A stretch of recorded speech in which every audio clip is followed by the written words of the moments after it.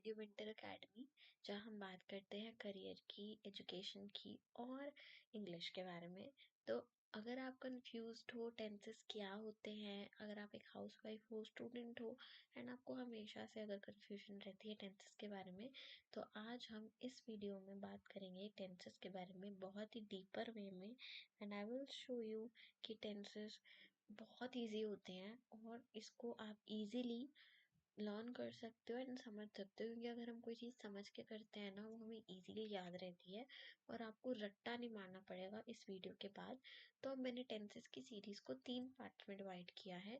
आज पार्ट 1 के बारे में हम टेंसेस के बारे में थोड़ा बहुत समझेंगे एंड हम प्रेजेंट टेंस के बारे में पढ़ेंगे कि प्रेजेंट टेंस क्या होता है। ठीक है, तो चलो स्टार्ट करते हैं ये वीडियो।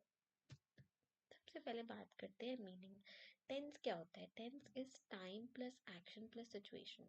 मतलब कि कौन से टाइम पर क्या एक्शन हुआ है और कौन से सिचुएशन पर हुआ है, दिस इज बेसिकली टेंस।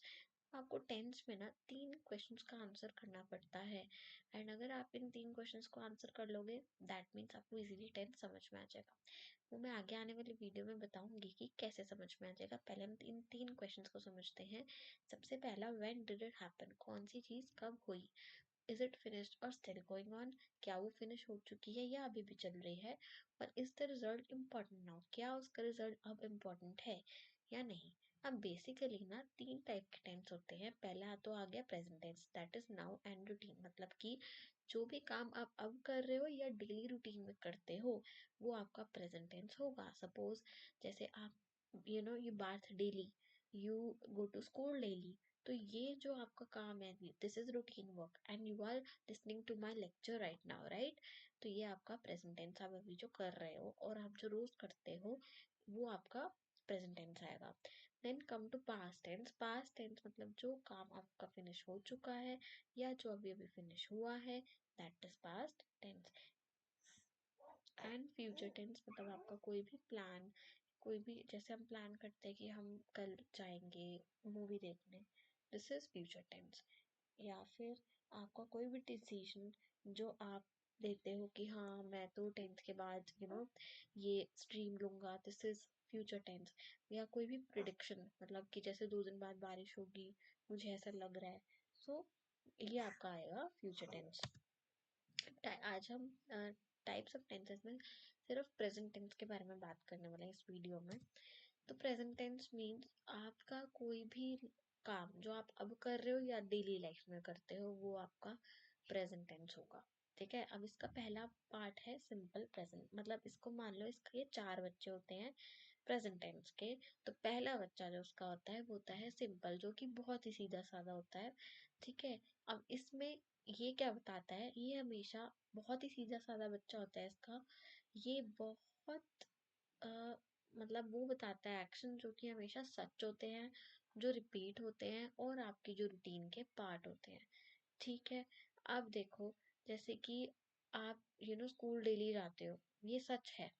तो सिंपल प्रेजेंट यही बताएगा कि आप सच बता रहे हो कि आप डेली ये काम करते हो। जैसे you go to school daily, आप डेली स्कूल जा रहे हो, आप फोन डेली चलाते हो, तो ये सारा जो काम है वो सिंपल प्रेजेंट टेंस में आएगा।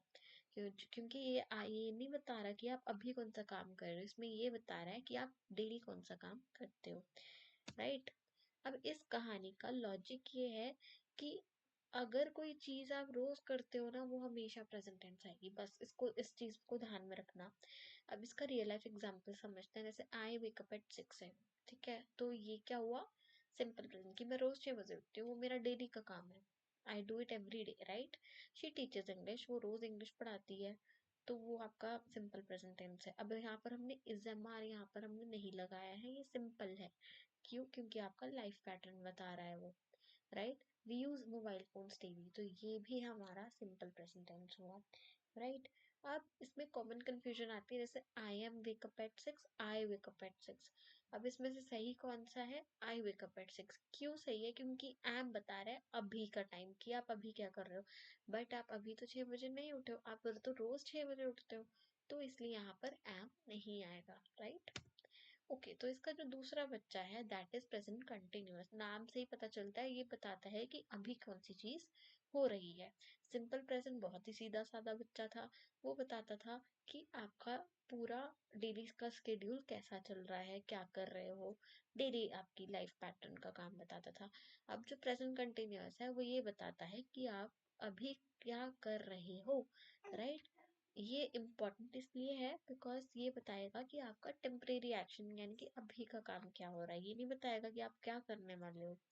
अब जैसे ये बहुत इसमें रूल आता है जो कि सिंपल तरीके से हम समझेंगे। इज द एम आर क्यों लगाते हैं कि अभी का टाइम बताने के लिए, और वर्ब प्लस आईएनजी बताते हैं जो कि एक्शन होगा वो प्रोग्रेस में है या नहीं, ये बताने के लिए हम वर्ब के साथ आईएनजी लगाते हैं। ध्यान से समझना, ठीक है। तो इसीलिए यहाँ पर आएगा इज एम आर यानी कि आपका time present and verb plus I N G that is your action in progress. अब रियल लाइफ एग्जाम्पल से हम इसको समझते हैं। जैसे I am teaching English now, मैं अभी इंग्लिश पढ़ा रही हूँ, तो एम लगेगा, क्यों? क्योंकि मैं अभी पढ़ा रही हूँ, मैं 1 घंटे बाद इंग्लिश नहीं पढ़ाऊंगी, right. She is talking on the phone, she के साथ हमेशा इज लगेगा, आई के साथ एम, ही शी के साथ इज लगता है। और बहुत सारे ग्रुप ऑफ पीपल होते हैं, दे, देम, दे, उसके साथ हम लगाते हैं are, right. They are watching YouTube TV, तो आर यानी कि अभी वो वॉच कर रहे हैं यूट्यूब, राइट।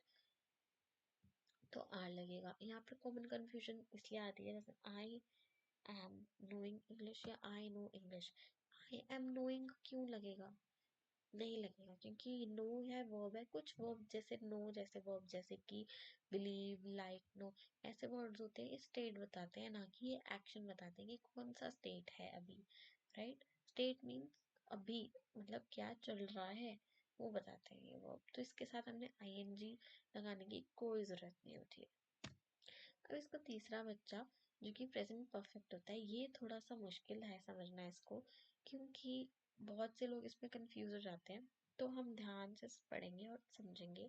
तो पहला क्या है present perfect, past action present result. मतलब ये वो एक्शन बताता है जो फिनिश हो चुका होता है, लेकिन इसका रिजल्ट और इफेक्ट वो मैटर करता है, ठीक है। अब जैसे you don't care when it happen, आपको नहीं पता ये कब हुआ, लेकिन इसका रिजल्ट आपको इफेक्ट अभी कर रहा है, अभी के टाइम पे जो उसका रिजल्ट इफेक्ट कर रहा है, राइट। अब जैसे I have lost my keys, मैंने अपनी कीज गुमा दी है, अब इसका रिजल्ट क्या हुआ, I can't open door now. तो मेरे को अभी परेशान, मुझे नहीं पता मैंने कीज कब घुमाई होंगी, 2 घंटे पहले, 2 दिन पहले, मुझे नहीं पता, लेकिन मैं उस वजह से अभी अपना डोर ओपन नहीं कर पा रही हूँ।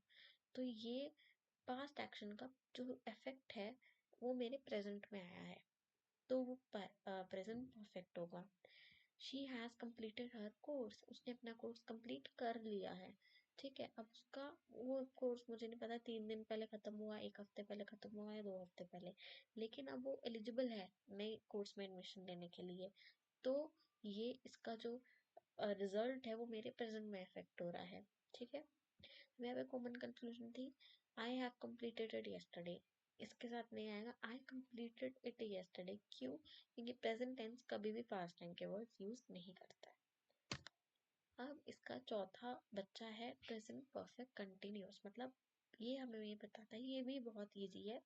ये बताता है कि पास्ट से जो चीज चलती आ रही है वो कब तक चलती आ रही है, ठीक है। तो कब से कब तक चलती आ रही है, ठीक है। एक्शन स्टार्ट हुआ पास्ट में, action is still continuing and duration matter. यानी कि अब सपोज अगर मैं एक एग्जांपल लूँ कि my mother is baking cake since 2 hours, तो वो केक 2 घंटे से बना रही है।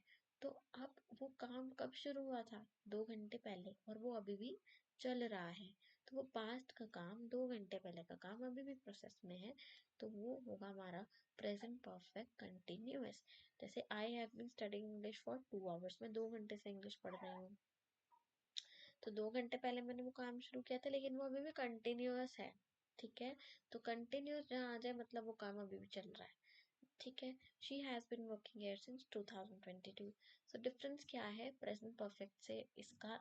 पहला डिफरेंस कि प्रेजेंट परफेक्ट रिजल्ट बताता है हमको, ठीक है, कि अभी उसका जो रिजल्ट होता है वो इफेक्ट करता है प्रेजेंट में। और कंटिन्यूअस हमें ड्यूरेशन बताता है कि कब काम शुरू हुआ था और अभी तक वो चल रहा है। तो ये ही है इस टेंस के बारे में। प्रेजेंट टेंस इतना कोई डिफिकल्ट नहीं है।